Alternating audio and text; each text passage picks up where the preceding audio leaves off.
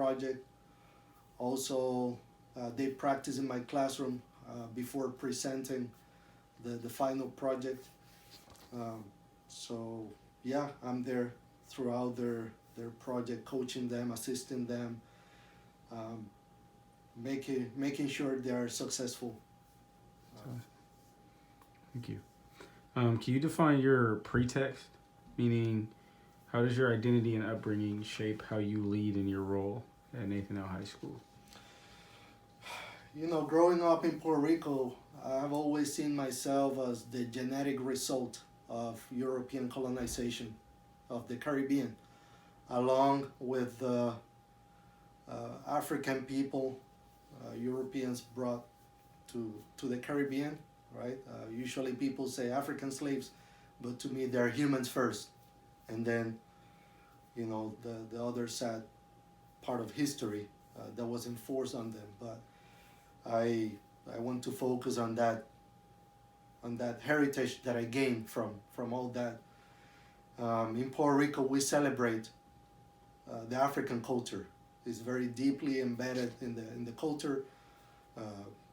The food, the music, colors, words that we use come from Africa, and we also celebrate the native Amerindians from Puerto Rico, the Taínos,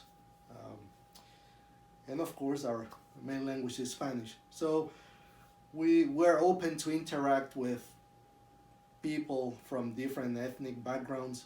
That's how we are brought up, celebrating diversity.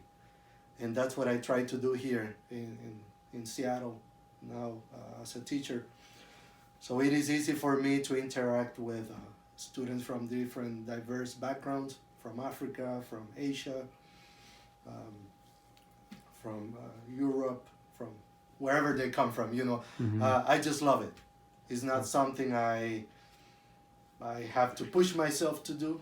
It's something I really enjoy, I'm really passionate about, and that's the way I teach my lessons with my students, keeping a rapport and recognizing students' cultural background, cultural heritage, ethnicity. That's all part of the way I teach my classes. That's awesome.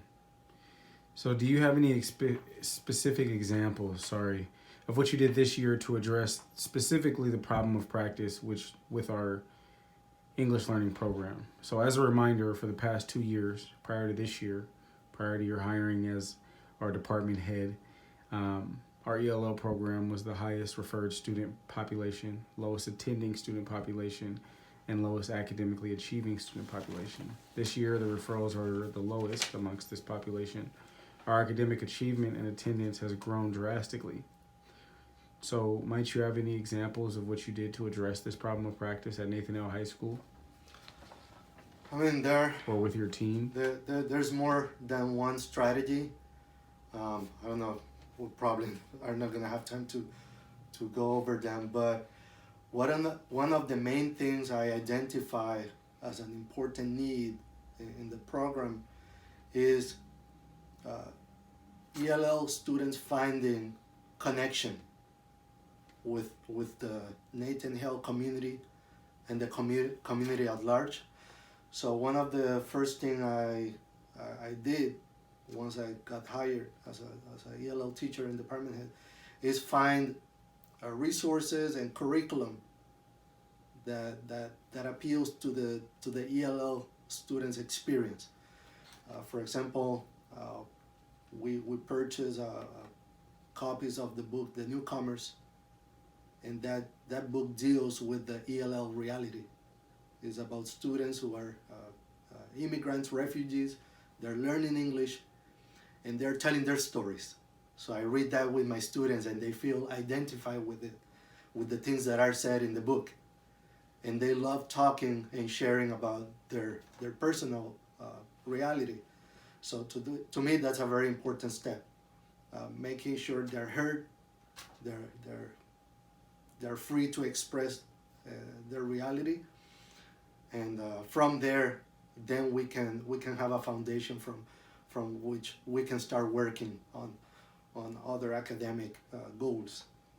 Also, we have created posters in different languages.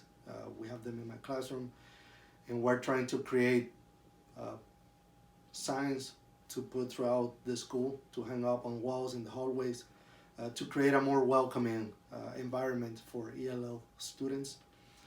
I have been also working very intensely with my team, with the IAs, with the other ELL teachers, to make sure we have clear expectations, we have clear goals about how we want to lead